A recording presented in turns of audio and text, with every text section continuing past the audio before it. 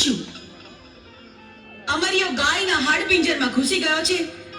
એને ત્યાંથી બહાર કાઢવા માટે તારું સર્જન કર્યું. જા જા, તું તારું કામ સંપન્ન કર. ભલી માં, જીવી આજ્ઞા. મને ગાયના કરકામાંથી બહાર કાઢનાર તું કોણ? માડી, અમરિયો રાક્ષસ મને પૂછે છે કે મારું નામ શું છે. મારે શું જવાબ આપવો એને માં? તને અમે અમારા અંગના મેલમાંથી બનાવી એટલે તારું નામ મેલડી. તું માં મેલડીના નામથી જગતમાં પ્રસિદ્ધ થઈશ. ભલે માં, જીવી આજ્ઞા. હું મેલડી હમણાં અમરિયાને ગાયના કલકામાંથી બહાર કાઢ